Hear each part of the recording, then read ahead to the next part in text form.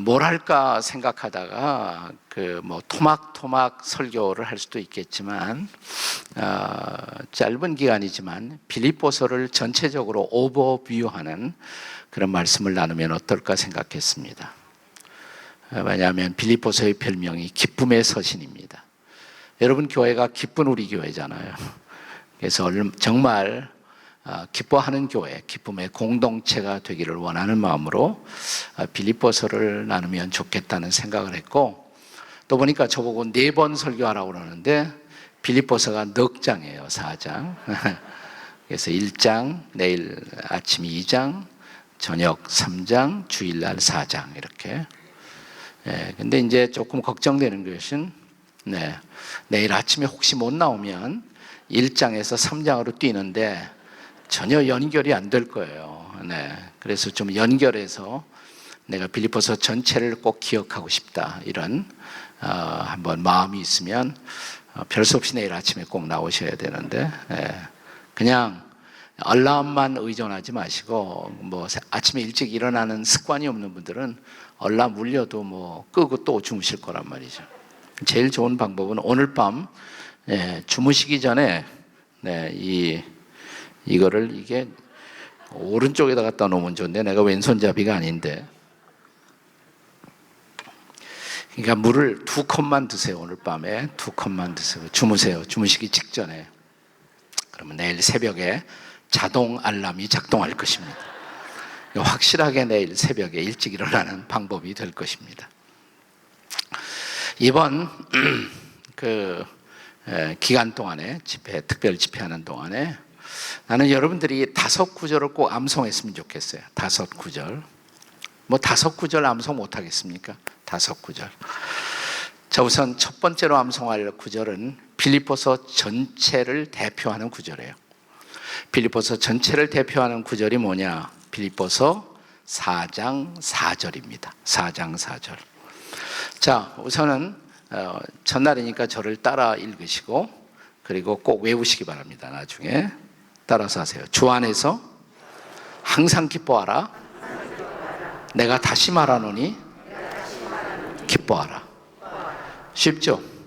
한번 다 같이 암송하겠습니다. 시작. 주 안에서 항상 기뻐하라. 내가 다시 말하노니 기뻐하라. 빌립보서 4장 4절 말씀, 이렇게 외우시면 돼요. 이게 빌립보서를 대표하는 구절이에요. 이 빌립보서에 기뻐한다, 기뻐하라, 기쁨이라는 단어가 이 짤막한 넉 장에 무려 16번이나 등장합니다. 그래서 빌립보서의 별명이 기쁨의 서신, 환희의 서신, 그런 별명을 갖고 있습니다. 여러분 기쁘세요? 네. 이거 아주 참 분위기가 좋으네요. 네. 한국의 어떤 청년이 군대 갔다가 휴가 맡아서 집에 왔는데 보니까 아버지 표정이 하도 안 좋아요. 그래서 아버지 무슨 일이 있었어요? 그러니까 아무 일 없다. 근데 왜 표정이 그러세요? 그래서 아무 일 없는데 아버지 표정이 아주 안 좋아 보여요. 그러니? 그래서 내가 요즘 계속 마시는 차가 있는데 그것 때문에 그런가? 아니 무슨 차 마시세요? 내가 요즘 구기자 차를 마신다. 구기자. 그러니까 아들이 잠깐 기다리세요. 그러니 밖에 나가더니 뭘 사왔대요.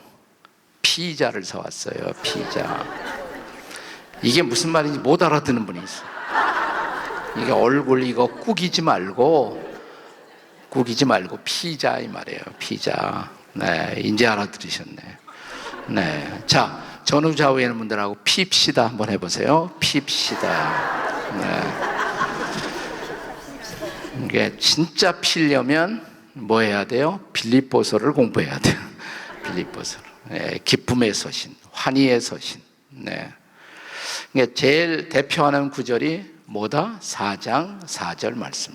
근데 그 기쁨의 이유, 근데 우리가 정말 기뻐해야 할 이유가 무엇인가를 바울 사도는 이제 한 장 한 장 우리에게 가르칩니다. 자, 1장으로 돌아가셔서 1장, 조금 아까 우리가 1장에 또 1장 전체의 메시지를 아주 요약하는 열쇠 구절.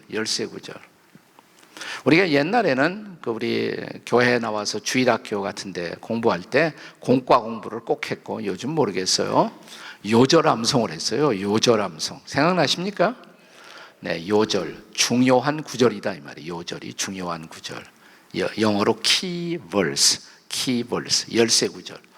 그래서 열쇠 구절을 암송하면 그 전체 내용을 다 기억할 수가 있단 말이죠. 이게 요절만 잘 기억하면 그 장을 요절 낼 수 있어요, 아주. 네. 자, 1장의 요절 뭐냐? 1장 21절 말씀 조금 아까 우리가 같이 읽었어요. 1장 21절 한번 다시 읽습니다. 시작.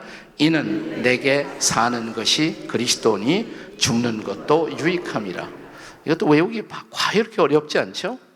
네, 다시 한번 시작. 이는 내게 사는 것이 그리스도니 죽는 것도 유익함이라. 영어로도 아주 쉬워요. To live is Christ, to die is gain. 얼마나 쉬워요. 미국 살 만큼 살았으면 그 정도는 여러분들이 다 기억하실 거예요. 다 같이 To live is Christ, to die is gain. 자, 우리말로 다시 한번. 이는 내게 사는 것이 그리스도니 죽는 것도 유익함이라. 나는 그리스도를 산다 이 말이죠. 그리스도가 내 삶이다. 그리스도가 내 삶이다.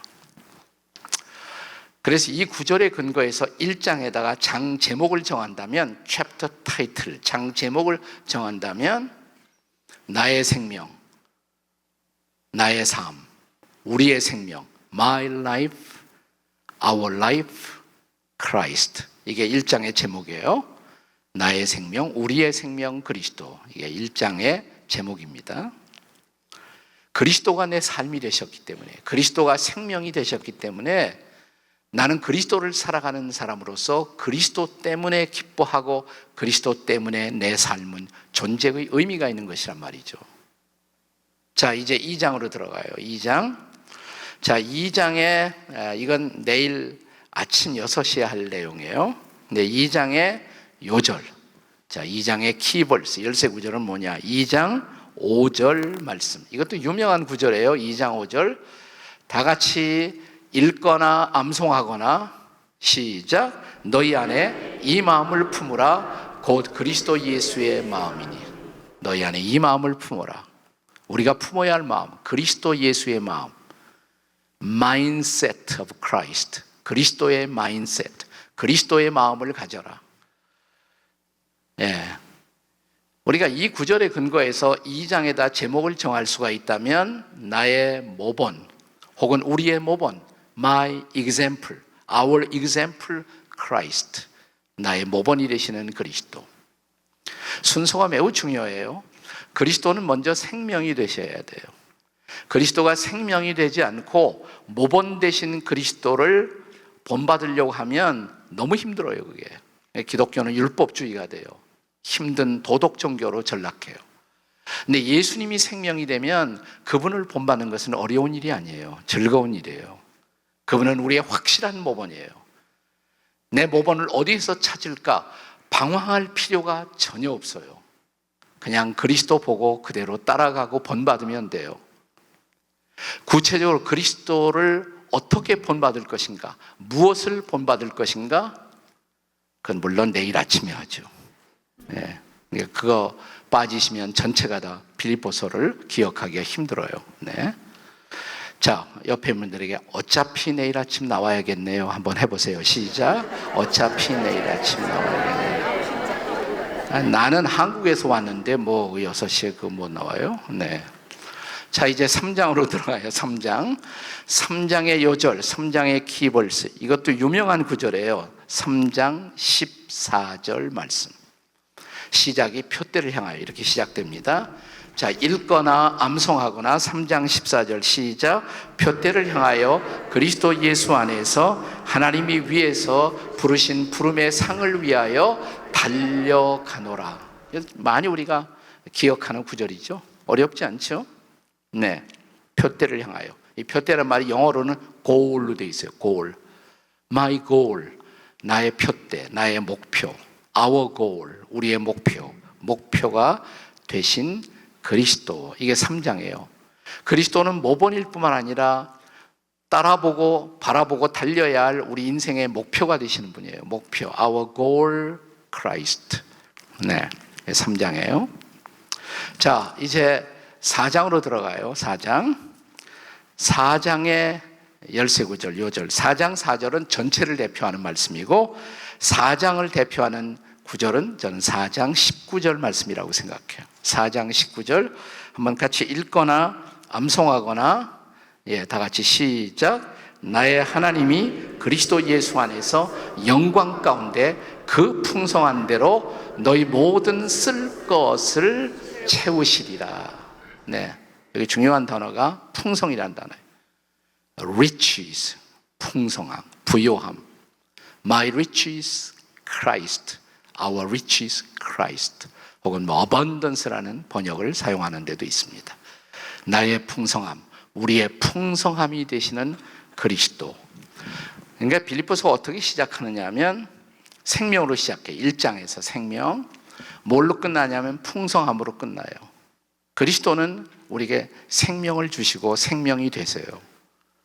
그러나 그리스도는 더욱 풍성한 삶을 우리에게 선물로 주시기를 원하십니다. 생명으로 시작해서 뭘로 끝난다? 풍성함. 이 두 단어가 연결되는 한 성경의 말씀이 혹시 생각나지 않으십니까? 예수님이 요한복음 10장 10절에서 내가 온 것은 이 땅에 오신 목적 양으로 생명을 얻게 하고 더 풍성히 얻게 하려 함이라. 네. 그러니까 우리가 정말 예수님이 우리에게 주시기로 약속한 그 생명, 그리고 더욱 풍성한 생명, 그 삶을 어떻게 누릴 것인가? 그 대답을 빌립보서가 주고 있어요. 그리고 그런 생명을 주시는 그리스도, 풍성한 삶을 주시는 그리스도 생각만 해도 우리는 기뻐요. 우리의 기쁨은 세속적인 부요함에 있지 않아요. 세속적인 성공에도 있지 않아요. 우리는 예수님 때문에 기뻐하고 예수님 때문에 살고 예수님 때문에 죽는 사람인 줄로 믿습니다. 나는 여러분이 이번 짤막한 사흘 동안 이 빌립보서를 통해서 이 우리의 놀라운 부요가 되시는 그리스도, 그 그리스도를 새롭게 만났으면 좋겠습니다. 그리고 우리의 삶이 정말 변했으면 좋겠어요. 자, 빌립보서가 조금 기대가 되시나요? 조금은 기대가 되시나요? 네. 이 한국 교회가요, 처음에는 다 사경회로 시작해요. 사경회가 성경을 공부한다 이 말이에요. 바이블 컨퍼런스. 근데 언젠가부터 부흥회로 변했어요. 근데 사실은 사경회가 더 좋은 거예요. 말씀을 정말 깊이 묵상하고 공부함으로써 거기서 진리로 말미암아 우리의 삶이 장악되는 그 기쁨. 이번에 한번 빌립보서를 조각 설교가 아니라 빌립보서 전체를 이렇게 오버뷰하면서 성경 속으로 들어가는, 그리고 그 말씀이 우리를 다스리고 지배하는 그런 기쁨을 우리가 함께 누릴 수 있기를 기대합니다. 옆에 분들에게 기뻐하십시다. 그래도 인상이 안 펴는 사람이 있다면 제발 좀 기뻐하십시다. 한번 해보세요. 제발 좀 기뻐하십시다. 네. 자, 빌립보서를 대표하는 구절이 뭐라고 그랬어요? 4장 4절 말씀. 뭐라고요? 주 안에서 항상 기뻐하라. 내가 다시 말하노니 기뻐하라. 근데 이 편지를 바울이 어디에서 쓰고 있습니까? 로마의 감옥에서 쓰고 있어요. 지금 바울은 로마의 감옥에 들어가 있어요. 재판을 기다리고 있어요. 어쩌면 사형 선고를 받을 수 있어요. 그런데 감옥 안에 있는 바울이 감옥 바깥에 멀쩡하게 살고 있는 빌립보 교인들에게 여러분 기뻐하세요. 항상 기뻐하세요. 다시 말씀드립니다. 기뻐하십시오. 감옥이 가둘 수 없었던 기쁨, 쇠사슬이 맬 수 없었던 기쁨, 도대체 이 기쁨의 비밀이 무엇일까요? 이 빌립보 교회는, 제가 이 빌립보서를 선택한 또 하나의 이유는 여러분의 교회가 비교적 최근에 새롭게 태어난 교회잖아요. 이 빌립보서는 바울이 아시아를 떠나, 소아시아를 떠나서 유럽 대륙으로 진출하면서 첫 번째로 세운 교회예요. 그러니까 유럽의 첫 번째 교회, 어떤 교회다? 빌립보 교회예요. 빌립보 교회. 이 처음 교회, 처음 개척한 교회. 바울의 제2차 전도 여행 도중, 그러니까 AD 49년에 세워진 교회예요. 그로부터 12년의 세월이 지나가요. 12년. 그러니까 얼마예요? AD 61년경 바울이 로마의 감옥에 들어갑니다. AD 49년 빌립보를 처음 방문했을 때도 감옥에 들어갔어요. 그때도. 빌립보에 가서 세 가지 사건이 일어나요. 이 세 가지 사건을 통해서 빌립보 교회가 태어나요. 거기 루디아라는 여인을 만납니다. 루디아. 본래 아시아 쪽에 사는 여인인데 장사하려고 빌립보에 왔어요. 그러니까 비즈니스 워먼이에요. 비즈니스 워먼. 바울이 그 여인을 만나서 말씀을 전해요.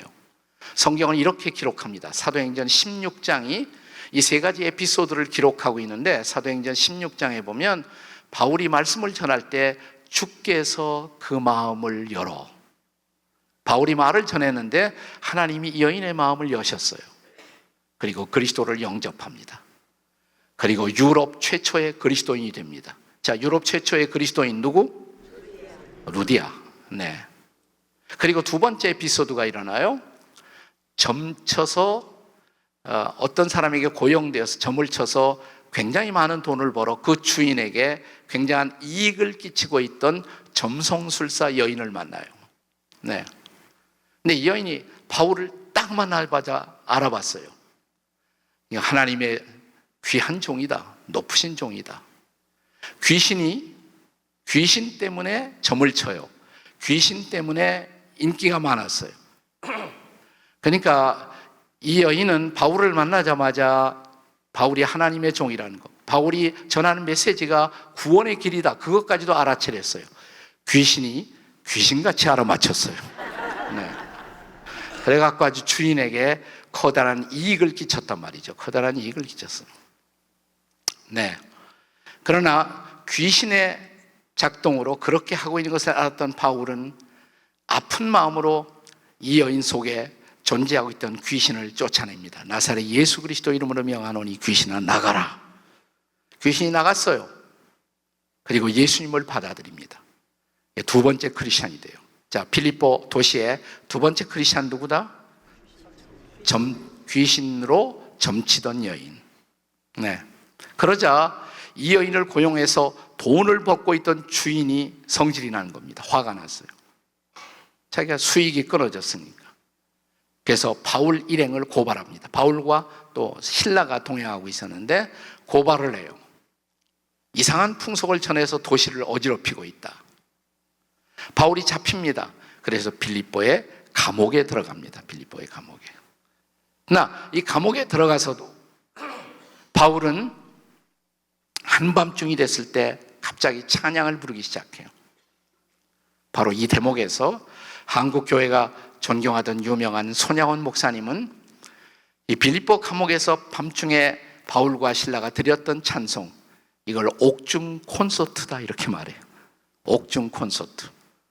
주인공은 바울과 신라 두 명이 듀엣으로 노래를 부르기 시작하는 거예요. 자, 오디언스는 누구냐? 오디언스는 그 죄수들, 거기 함께 갇혀있던 죄수들이 듣더라 그랬어요. 그러자 이 찬양이 울려 퍼짐과 동시에 기적이 일어나요. 감옥이 흔들리기 시작해요. 지진이 일어난 거예요. 바울을, 신라를 메고 있었던 쇠사슬이 풀어져요. 자, 죄수를 놓치면 그 당시에 로마법은 그 놓친 간수들, 그 감옥을 지키고 있던 사람들에게 사형을 내리곤 했어요. 큰일 났잖아요. 그래서 차라리 자살을 하자, 검을 빼어 자살을 시도하려고 하자 바울이 이렇게 외칩니다. 절대로 당신들의 몸을 해하지 마십시오. 우리는 도망가지 않았습니다. 도망가지 않을 것입니다. 자, 이 순간 저들은 하늘이 함께하는 사람, 하나님이 함께하는 사람이라는 걸 직감하고 이 감옥의 간수들이 바울과 신라 앞에 엎드려요. 그리고 이런 유명한 질문을 토해냅니다. 선생들아, 우리가 어찌하여 구원을 얻으리이까? 이때 바울이 그들에게, 감옥 간수들에게 전한 유명한 메시지 혹시 기억하실라나? 사도행전 16장 31절 뭐예요? 주 예수를 믿으라. 그리하면 너와 내 집이 구원을 얻으리라. 아멘? 이게 오리지널 복음이란 말이죠. 오리지널 가스플. 자, 그러니까 바울이 오리지널 복음을 전했던 대상이 어느 교회? 빌립보 교회. 빌립보 교회. 자, 그러자 이 감옥의 간수들이 당신들이 믿고 있는 예수를 믿고 싶다고, 그리고 바울을 때렸던, 채찍으로 때렸던 이 간수들이 바울의 등가죽을 정성스럽게 씻겨주며 바울을 간호하기 시작합니다. 이 무렵 바울은 로마의 시민권을 가진 사람이라는 사실이 보고화되고 바울에 대한 석방 명령이 내려요. 그래서 바울이 어디로 가느냐 하면 누디아의 집으로 가요. 거기 가서 사도행전 16장 마지막 절에 보면 누디아의 집에 가서 형제들을 만나보고 그 다음에 거기서부터 떠났다 이렇게 말합니다. 그러니까 아마도 이 빌립보 교회는 어디에서 시작되었을까요? 누디아의 집에서. 초대교회는 대부분 집에서 시작됐어요. 여러분 교회는 너무 시작이 거창해, 사실. 너무 거창해. 초대교회는 다 집에서 시작됐어요. 네. 내 집에 있는 교회에게 편지하노니. 이런 말씀이 많이 나오잖아요. 자, 그래서 루디아의 집에서 시작된 빌립보 교회. 이게 AD 49년. 12년이 지나가요. 바울은 또 한 번 감옥에 들어가요. 그래서 이것은 성경에 있는 소리는 아니지만 바울은 어떤 도시에 가면 여기에 저를 지금 저 엠버시 힐튼 호텔에 집어넣으셨는데 여기에 힐튼 호텔이 어디 있어? 바울은 그렇게 물어본 것이 아니라 여기에 이 도시에 감옥이 어디 있어? 바울은 가는 데마다 감옥에 들어갔으니까. 근데 감옥에 들어갈 때마다 좋은 일이 생겨요. 좋은 일이 생겨요. 자, 빌립보의 감옥에 들어가서 무슨 일이 생겼어요? 빌립보 교회가 탄생했다니까. 빌립보 교회가. 자, 12년 후 바울은 지금 어디 감옥에 들어와 있어요? 로마의 감옥에. 자, 그 감옥에서 편지를 써요. 12년 전 그가 시작했던 복음을 전해서 최초로 출발했던 유럽 최초의 교회 빌립보 교회를 향해서 편지하는 거예요. 두 가지 이유 때문에. 하나는 바울이 로마에 있을 때 빌립보 교회가 대표를 파송해요. 감옥에 들어가 있는 바울 사도를 돕기 위해서. 2장에 보시면 에바브로디도라는 인물이 등장합니다. 에바브로디도를 대표 사절로 파견해서 로마의 감옥에 들어가 있는 바울을 옥바라지를 하고 도와요. 그것에 대해서 감사하기 위해서. 두 번째는 빌립보 교회는 비교적 건강한 교회였지만 그 교회 안에도 인간관계의 갈등이 있었어요. 네. 바울은 그들이 이런 관계의 갈등을 극복하고 정말 기뻐하는 교회, 그래서 기쁨을 증거하는 교회, 기쁨을 선포하는 교회가 되기를 소원하는 것이에요. 그래서 빌립보서를 쓴 것입니다. 그리고 이제 각 장마다 우리가 기뻐해야 할 진정한 이유를 말합니다. 진정한 이유. 자, 1장에 보면 빌립보 성도들뿐만 아니라 로마에 있는 바울에게도 위기가 있었다. 바울이 자기를 둘러싸고 있는 위기에 대해서 고백을 합니다. 자, 1장을 크게 나눈다면 1장 1절부터 11절까지가 서론이에요. 이게 서론이에요. 서론과 인사죠. 기도, 그들을 향한 기도. 12절부터 마지막 절까지가 1장의 본론이죠. 이 본론을 통해서 바울은 자기를 둘러싸고 있는 세 가지 위기에 대해서 말합니다. 세 가지 위기.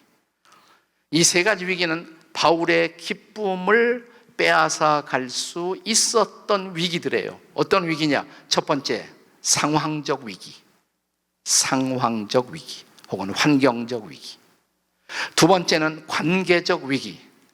relationship crisis. 관계적 위기가 있었어요. 세 번째는 죽음의 위기. 바울이 재판받아 사형 선고를 받을 수도 있어요. 그러면 자기 인생 끝나는 거죠. 죽음의 위기. 세 가지 위기가 지금 바울 앞에 부딪히고 있었어요. 근데 바울은 그 위기를 어떻게 극복하고 기뻐하고 있었는지를 빌립보 성도들과 나누고 있습니다. 그리고 그들도 함께 기뻐해 달라고 이 편지를 쓰고 있는 것입니다. 자, 첫 번째 위기는 무슨 위기라고 했어요? 상황적 위기. 자, 빌립보서 1장 12절을 다 같이 읽겠습니다. 1장 12절. 자, 1장 12절을 다 함께 읽겠습니다. 성경은 좀 가져오셔야지. 요즘은 이제 스크린에 자꾸만 띄워주니까 아예 성경도 안 가져. 성경 문맹들이 생겨나. 성경을 모르는 사람들이. 네. 자, 1장 12절 한번 할 수 없이 나를 따라서 읽으세요. 형제들아, 내가 당한 일이 도리어 복음 전파에 진전이 된 줄을 너희가 알기를 원하노라. 저 1장 12절에 바울이 내가 당한 일이 있었다. 당한 일이 뭘까? 이게 감옥에 들어가게 된 거예요. 전도하다가 바울이 전도하러 자기의 고향인 저 예루살렘에 갔다가 거기서 잡혀요. 네. 예루살렘 바로 아래 지중해 연안에 있는 가이사라는 도시에 감옥에 gat혀 있다가 바울은 로마 시민권을 소유하고 있었기 때문에 로마에서 재판을 받을 수 있어요. 그래서 로마에 온 거예요. 감옥에 갇히게 된 거예요. 로마의 감옥에. 그 상황, 그 환경, 내가 당한 일. 감옥에 들어가는 것은 결코 유쾌한 일은 아니죠. 그러나 바울은 이렇게 말합니다. 결론부터 말하면 내가 감옥에 들어오게 된 그 환경이 혹은 그 상황이 나에게 손해가 된 것이 아니다. 복음 전파에 진전이 되었다. 오히려 도움이 되었다.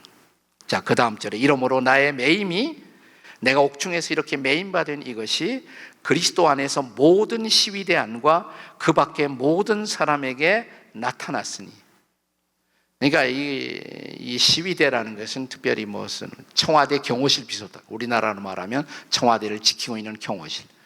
그 안에 특별한 죄수들을 가두는 특별한 VIP 감옥이 있었어요. 바울이 워낙 유명한 사람이라 거기에 갇힌 것입니다. 그런데 그들에게, 시위대 사람들에게 그리스도가 나타났다. 바울이 그들에게 전도했다 이 말입니다. 그러니까 감옥에 들어갔다고 손해본 곳 없다 이 말입니다.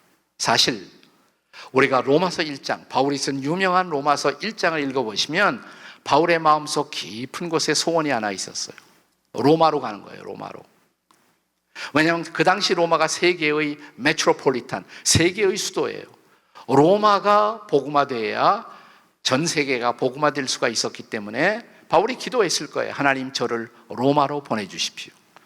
근데 로마서 마지막 장에 보면 16장까지도 로마로 가는 길이 열리지 않아요. 그 길이 막혔다. 그래서 바울이 안타까워요. 빨리 로마 가고 싶었는데.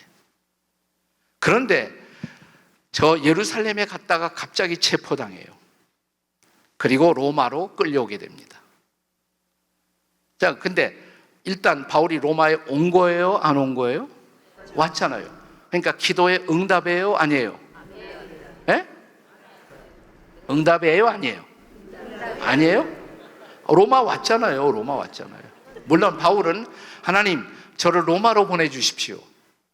그리고 선교사 파송 예배를 받고 로마에 도착했을 때 거기는 크리스찬들의 열렬한 환영을 받으면서 로마에 입성하는 자신의 모습을 꿈꾸었을지 몰라요. 그런데 하나님의 방법은 사람의 방법과 다르단 말이죠. 하나님의 길은 사람의 길과 달라요. 우선 바울이 별로 돈이 많은 사람이 아니에요. 로마까지 가는 차비를 마련하기도 쉽지 않아요. 근데 죄수로 잡혀가니까 로마에 공짜로 간 거예요. 할렐루야. 네. 또 사도행전을 읽어보면 바울을 죽이기 전까지는 내가 먹지도 마시지도 않겠다 결심한 사람들이 있었어요. 소위 유태주의자, 율법주의자들이. 아니, 할 결심이 없어서 바울을 죽이기 전까지는 먹지도 마시지도 않겠다. 그런 결심을 한 사람들. 여러분은 제발 그런 결심하시지 마시기 바랍니다. 남을 죽이기로 결심한 사람들이 있어요, 가끔. 그런데 바울이 죄수로 잡혀가니까 양쪽에 보디가드의 호송을 받고 당당히 신변 안전을 받으면서 로마에 입성하는 것, 놀라운 일 아닙니까 이건? 할렐루야. 네. 또 로마에 갔어요. 로마가 옛날에도 큰 도시예요. 그 로마에 가서 누구를 붙들고 전도를 시작하느냐, 이것도 쉬운 일이 아니에요. 근데 바울은 보통 죄수가 아니라 VIP 죄수란 말이에요. 특별한 감옥에 갇혀 있었고 그 감옥은 얼마든지 면회가 가능했어요. 그 예수교를 전하는, 그리스도의 복음을 전하는 바울이라는 사람이 잡혀왔대. 그러니까 로마의 귀족들이, 로마의 정치가들이 바울 구경하러 온 거예요. 바울은 감옥에 가만히 앉아서 자기 오는 사람들에게 다 전도를 해요. 놀라운 섭리가 아닙니까? 그러니까 하나님의 길과 사람의 길은 다르다. 하나님의 방법과 사람의 방법은 다르다. 드디어 그래서 바울이 로마의 감옥에서 로마 복음화의 그 중요한 씨앗이 될 수 있는 사람들에게 복음을 전할 수가 있었던 거예요. 그래서 여기 13절에 이러므로 나의 매임이 그리스도 안에서 모든 시비대한과 그 밖의 모든 사람에게 나타났다. 자, 미리 조금 보자면 4장에 보세요. 4장 마지막 장 거의 끝날 무렵에 4장 22절에 보시면 4장 22절 저를 따라 읽으세요. 모든 성도들이 너희에게 문안하되 특히 가이사집 사람들 중 몇이니라. 바울이 빌립보서를 편지를 끝내면서 가이사집 사람 중 몇 사람이 나와 함께 빌립보에 있는 여러분들에게 문안을 전합니다. 바울은 로마에 있어요. 빌립보는 지금의 그리스예요. 네, 로마와 그리스, 이탈리아와 그리스 굉장히 거리가 멀잖아요. 지금도 먼 거리예요. 자, 근데 바울이 빌립보의 사람들에게 문안을 할 때 여기에 가이사집 사람들 중 몇 명이 나와 함께 문안을 전한다. 가이사가 누구예요? 로마의 황제죠. 시자, 황제. 그 황실, 로얄 패밀리 가운데 몇 사람이 여러분에게 문안을 드립니다. 그러니까 바울이 이 편지를 쓸 때 이미 로마의 황실 가운데 바울을 통해 예수 믿은 크리스찬들이 생겼다는 겁니다. 그러니까 바울이 로마 안 갔으면 큰일 나요. 바울이 감옥 안 들어갔으면 큰일 나요. 여러분, 이 모든 것이 하나님의 뜻인 것을 믿으십니까? 그렇다면 여기 중요한 물음이 생겨요. 바울은 자기에게 다가온 상황적 위기, 환경적, 살다 보면 어려운 일이 많이 생겨요. 이 환경의 위기를 바울이 극복한 비밀이 무엇이었을까? 한마디로 말하면 그것은 하나님의 주권에 대한 신뢰예요. 따라서 하나님의 주권에 대한 신뢰. 바울의 평생을 지배하는 저는 삶의 모토가 있었을 거라고 생각해요. 우리가 잘 아는 말씀이에요. 로마서 8장에서 우리가 자주 암송하는 말씀 가운데 하나님을 사랑하는 자, 그 뜻대로 부르심을 입은 자들에게는 뭐라고 그랬어요? 모든 것이 합력하여 선을 이룬다. 믿으십니까? All things work together for the good. 모든 것이 합력해서 선을 이룬다. 그 모든 것은 내가 싫어하는 모든 것, 나에게 불편한 모든 것, 나에게 고통스러운 모든 것, 그것도 합력해서 뭐예요? 선을 이룬다. 그러니까 바울이 감옥에 들어가면서 여기도 하나님의 뜻이 있을 거야. 나를 통해 하고자 하는 일이 있을 거야. 그래서 감옥에서 컴플레인하기보다, 불평하기보다, 아파하기보다 하나님 하실 일을 하십시오. 그래서 뭐예요? 빌립보의 감옥에 들어가서도 불평한 것이 아니라 찬양한 거란 말이에요. 하나님을 찬양했어요. 그랬더니 기적이 일어났어요. 기적이 일어났어요. 그렇습니다. 우리가 우리의 상황, 우리가 처하는 환경, 그것이 불평하고 힘들고 고단하고 어려운 환경일지라도 하나님의 주권을 믿는다면 이 모든 것은 합력하여 선을 이룰 것입니다. 우리는 여전히 기뻐할 것입니다. 기쁨으로 앞을 향해 나아갈 것입니다. 이 상황적 위기를 돌파한 바울의 비밀이에요. 비밀. 자, 두 번째 위기가 있었어요. 바울의 두 번째 위기는 무슨 위기? 관계적 위기. 여러분, 살다가 이런 생각 안 해보셨습니까? 내가 어떤 어려움도 참을 수 있다. 어떤 어려움도 견딜 수 있다. 내가 가난한 것도 견딜 수가 있다. 그런데 나와 가까운 사람들의 인간관계가 비틀릴 때, 그 관계가 비틀리기 시작할 때, 부부관계가 흔들릴 때, 부모와 자식 사이의 관계가 흔들릴 때, 나하고 친했던 친구 사이의 우정의 관계가 금가고 서로가 얼굴을 붉히고 살아야 할 때, 이런 관계가 왜곡되기 시작하면 이런 생각 안 드십니까? 어떤 어려움도 참을 수 있지만 이런 관계의 고통만은 너무 힘들다. 이런 생각하실 때가 있습니까? 없습니까? 있죠. 네, 있어요. 바울도 그랬어요. 근데 그런 관계의 위기를 바울이 어떻게 극복하나 보세요.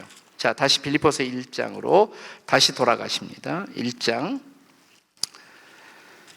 자, 이제 15절에 보시면 1장 15절이 제가 있습니다. 어떤 이들은 투기와 분쟁으로, 어떤 이들은 착한 뜻으로 그리스도를 전파하나니. 사람들이 전도를 할 때도 다 좋은 동기로 하는 것이 아니에요. 여기 보니까 어떤 이들은 투기와 분쟁으로, 투기하면서 분쟁하면서 열심히 전도하는 사람이에요. 네. 어떤 사람은 착한 뜻으로 하고 어떤 사람은 착한 뜻으로 하고 그리스도를 전파하나니. 그러면서 그 다음에 16절은 이런 말로 시작해요. 이들은, 17절은 그들은 이렇게 시작합니다. 여기 16절에 이들은 바울을 이해하고 바울 편에 서서 바울을 지지하고 있던 사람들이 이들이에요. 16절 이들은 내가 복음을 변증하기 위해서 세우심을 받은 줄 알고 사랑으로 하지만. 근데 이들은 문제가 아닌데 그 다음 절에 나온 17절에 그들은, 이게 문제예요. 그들은. 자, 그들은 나의 매임에 괴로움을 더하게 할 줄로 생각하여 순수하지 못하게 다툼으로 그리스도를 전파하나니. 바울이 1세기에 선교 무대에서, 세계 기독교의 무대에서 바울이 최고의 히어로, 영웅이란 말이죠. 최고의 영웅이에요. 최고의 스타란 말이죠. 근데 바울이 지금 잡혀서 감옥에 들어갔어요. 그걸 좋아했던 사람들이 있어. 바울 때문에 햇빛 보지 못했던 사람들이 그 바울 잘 들어갔다. 바울은 그냥 억울하게 들어간 것이 아니라 진짜 잘못한 일이 있어 들어간 거야. 바울을 중상모략하고 음해한 거예요.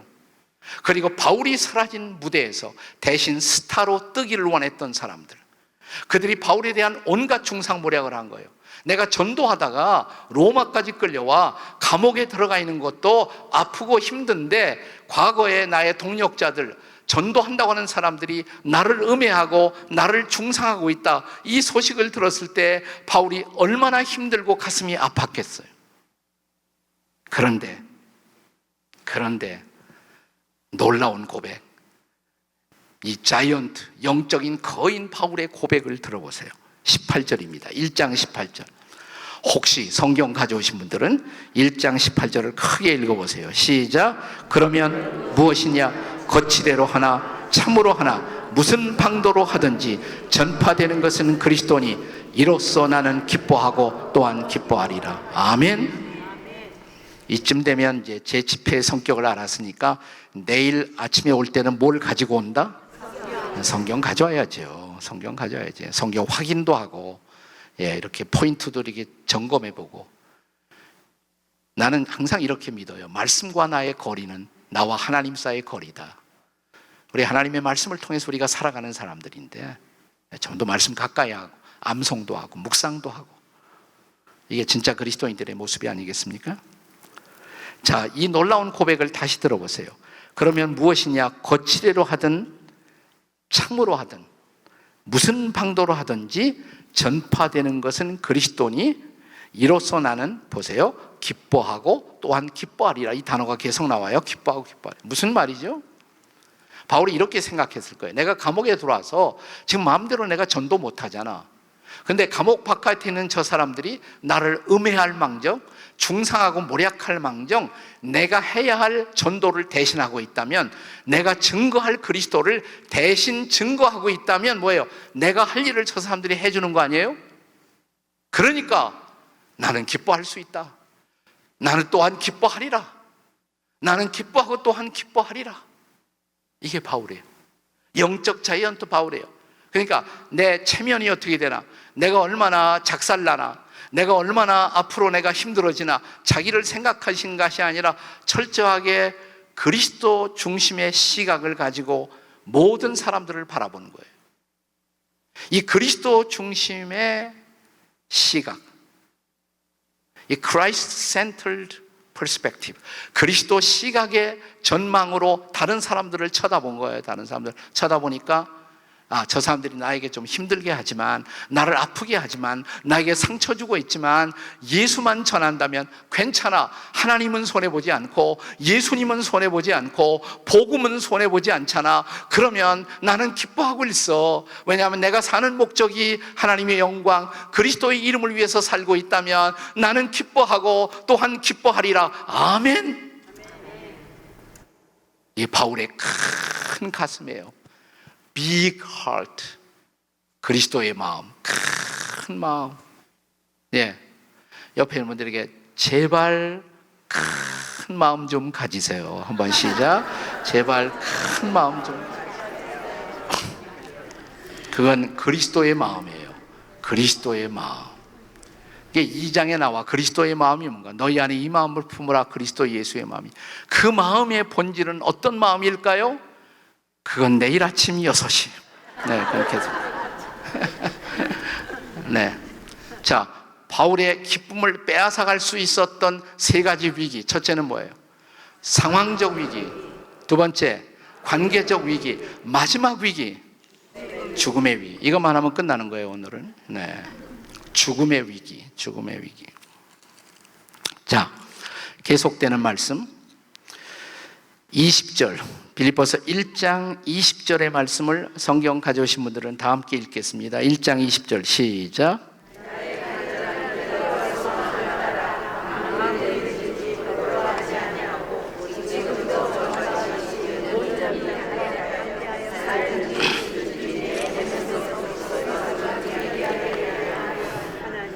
거기 중요한 단어가 뭐냐면 살든지 죽든지, 살든지 죽든지 내 몸에서 그리스도가 존귀하게 되게 하리 하나니. 그러니까 바울은 지금 재판을 기다리고 있는데 재판받아 사형 선고 받을 수 있어요. 그러면 죽어야 되잖아요. 그래서 삶이 뭐냐, 죽음이 뭐냐를 지금 바울이 생각하고 있었던 거예요. 자, 23절에 보시면 빌립보서 1장 23절에서 바울이 이렇게 말하면 내가 그 둘 사이에 끼었으니, 이 둘 사이가 뭘까요? 삶과 죽음, 죽음과 삶 사이에 끼었으니. 생각했을 거예요. 아, 죽는다면 내가 어떻게 되지? 죽음이 뭐지? 자, 여기 1장 23절에 바울 사도의 죽음에 대한 정의, 죽음이 이거예요. 바로 바울이 이해한 죽음은 뭐냐? 차라리, 따라서 차라리 세상을 떠나 그리스도와 함께 있는 것. 네, 그게 죽음이에요. 세상을 떠나 그리스도와 함께 있게 되는 것. 죽음이 그거예요. 세상을 떠나서 그리스도와 함께 있게 되는 것. 우리가 세상 속에 살 때에도 그리스도인들은 그리스도와 함께 해요. 그러나 여기서 그리스도와 함께 하는 것은 부분적인 체험이에요. 불완전한 체험이에요. 나는 여기서 그리스도의 임재를 이 세상에서 우리는 모두 부분적으로만 체험하고 불완전하게 체험합니다.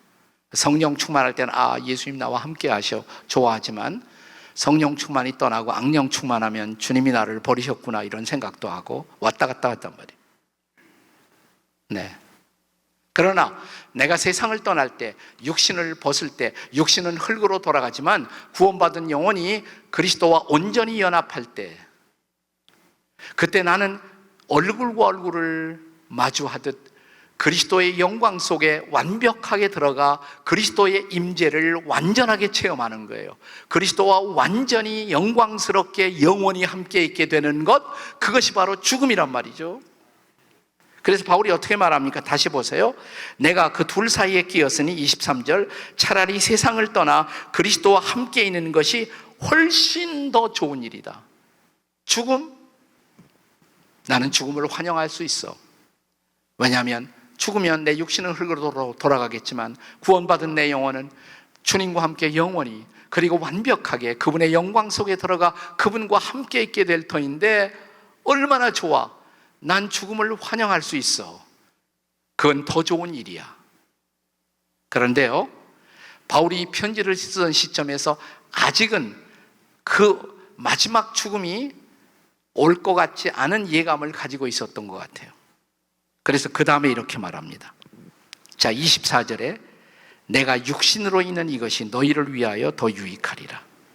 내가 죽는 거 환영하지만, 죽는 거 두려움이 없지만 육신으로 조금 더 남아있다면 그건 너희에게 유익할 것이다. 아니, 이 말을 어떻게, 자기 자신에게 유익한 것이 아니에요. 내가 더 살면 여러분에게 유익할 것입니다. 이것은 철저하게 남을 위해서, 다른 사람을 위해서 사는 인생을 산 사람만이 할 수 있는 얘기죠. 내가 더 사는 것은 여러분에게 유익입니다.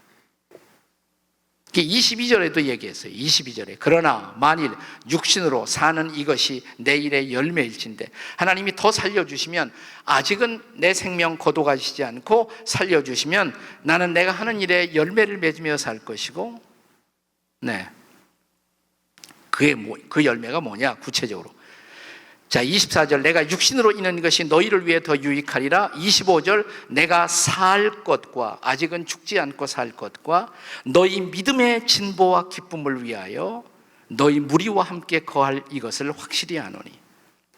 하나님이 좀 더 살려주시면 너희 믿음, 여러분의 믿음이 자라도록, 여러분을 돕고 섬기는 그 일, 너희 믿음의 진보와 너희들의 기쁨, 나의 기쁨이 아니라 당신들이 기뻐하는 삶을 살 수 있도록 내가 도와주는 것, 나는 그 일 더 할 거고, 그 열매를 맺으며 살 거고, 나를 불러가시면 기쁨으로 주님 앞에 갈 것이고. 그래서 바울은 이렇게 말합니다. 내게 있어서는 사느냐 죽느냐, to be or not to be, that is not the question. 그게 문제가 아니다. 사느냐 죽느냐가 문제가 아니고, 나에게는 그리스도가 존귀하게 되는 것. 살면 여러분을 위해 살고, 여러분의 믿음을 위해서 살고, 여러분의 기쁨을 위해서 살 것이고, 죽으면 내가 주님 앞에 영광 속에 들어갈 것이고, 나는 삶도 환영하고 죽음도 환영한다. 내게 중요한 것은 사느냐 죽느냐가 아니라 그리스도가 나를 통해 존귀하게 되는 것이다. 이게 바울의 놀라운 고백이에요. 놀라운 고백이에요. 제가 목회하던 교회, 제가 무척 귀하게 여기고 주목하고 있던 한 자매가 작년 봄에 세상을 떠났어요. 작년 봄에 세상을 나이 40에 세상을 떠났는데, 이 자매의 일생을 볼 때 난 바울의 이 고백이 자꾸 생각나.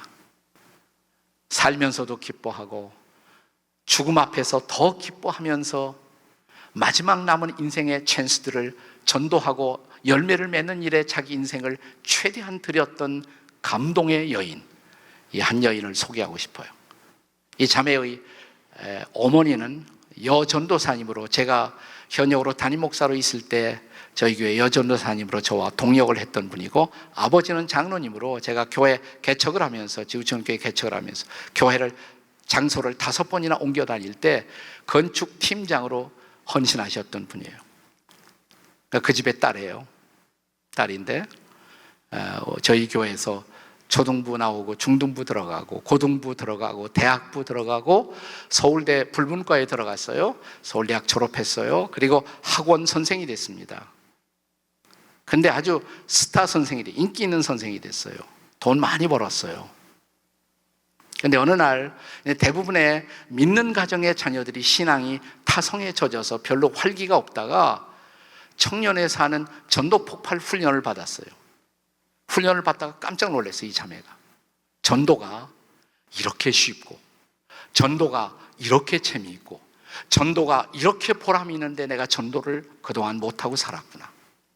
그래서 이제 학원 끝나면 꼭 자기 아이들을 조를 짜갖고 저녁 식사를 사줬대요. 저녁 식사, 아이들 뭐 배고프니까 선생님이 사준다는 거 얼마나 좋아하겠어요. 저녁 식사 사주고 복음 제시하는 거예요. 그럼 학생들이 다 예수님 영접해. 이렇게 전도가 재미있을 수가 있나. 이제 그다음부터 다른 사람도 막 만나고 전도하고, 어느 날 스치고 지나간 생각, 한국은 이렇게 복음이 풍성하게 전해지는데, 그런데 이 땅에는 복음을 한 번도 전해 듣지 못한 얼마나 많은 나라들이 있는가. 선교사 하면 어떨까? 나머지 일생을 선교사로 드리면 어떨까? 저를 찾아왔어요. 목사님, 제가 신학교 가고 선교사 컬링을 받아서 아무래도 선교사를 하게 될 것 같은데 미국 가서 신학하고 싶어요.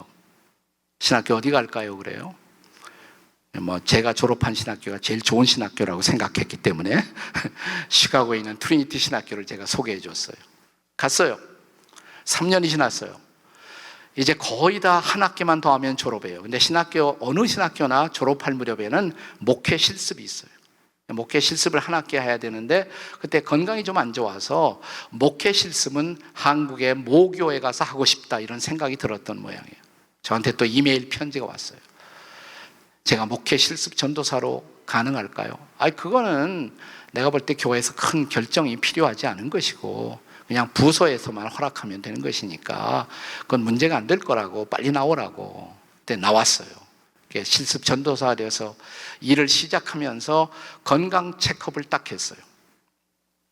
그랬더니 직장암 4기, 말기로 판명이 나요. 직장암 말기. 의사 선생님이 이 자매에게 빨리 수술하셔야 돼요. 빨리 되도록. 이 자매가 좀 용감한 자매예요. 그래서 물었대요. 제가 빨리 수술하면 얼마나 더 살아요? 1년은 장담하죠. 1년은. 겨우 1년이에요? 수술 하나면요.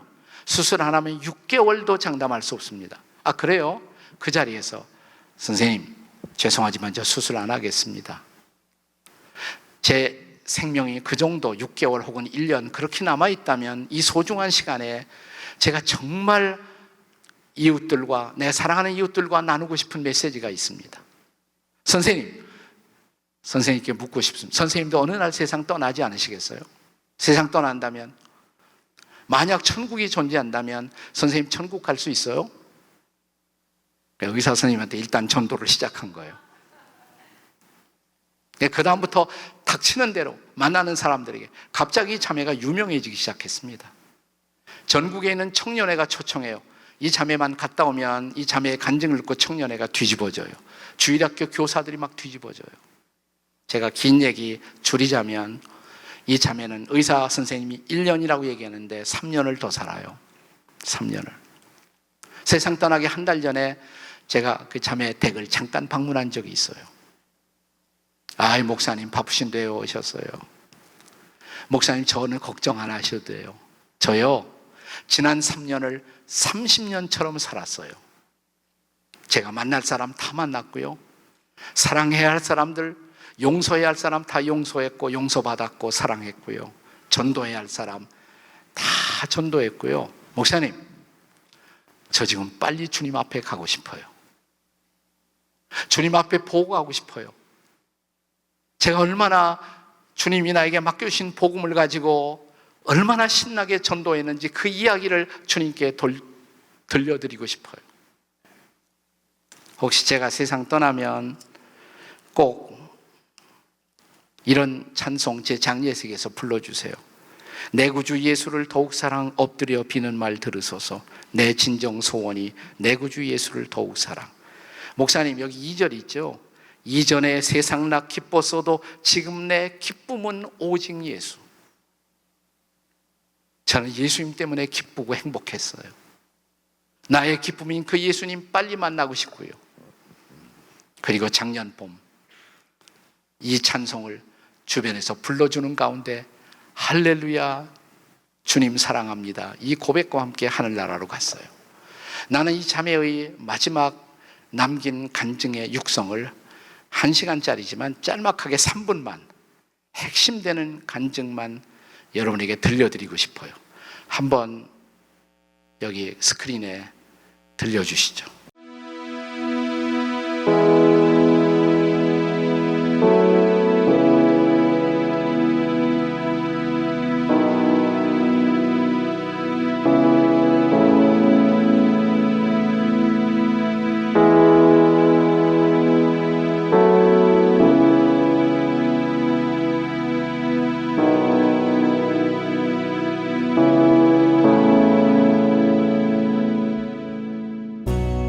많은 분들이 하나님을 원망하냐고 했지만 저는 단 한 번도 하나님을 원망하지 않았습니다. 많은 사람들이 왜 도대체 너에게 이런 일이 일어났느냐 물어봤지만 저는 단 한 번도 하나님께 왜? 라는 질문을 하지 않았습니다. 그 이유는 저는 하나님을 이해하는 것이 아니라 신뢰하기 때문입니다. 나를 나보다 더 잘 아시고 나의 필요를 더 잘 아시고 또 나에게 가장 좋은 것을 주신다는 것을 확신합니다.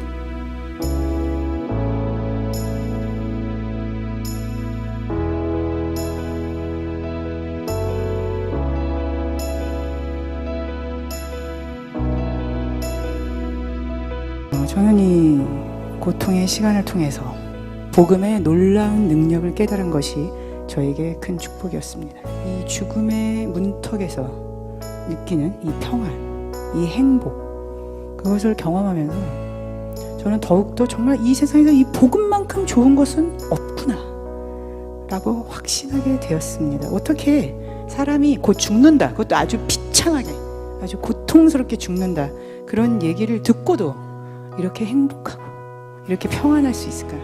제 자신을 보면서 저는 이 복음의 능력에 대해서 감탄하게 되었습니다. 저는 죽음에 대한 두려움이 전혀 없습니다.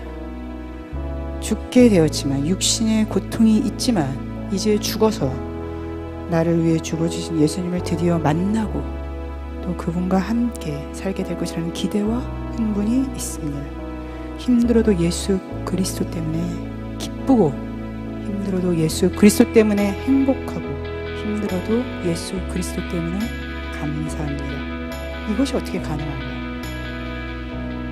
복음 때문입니다.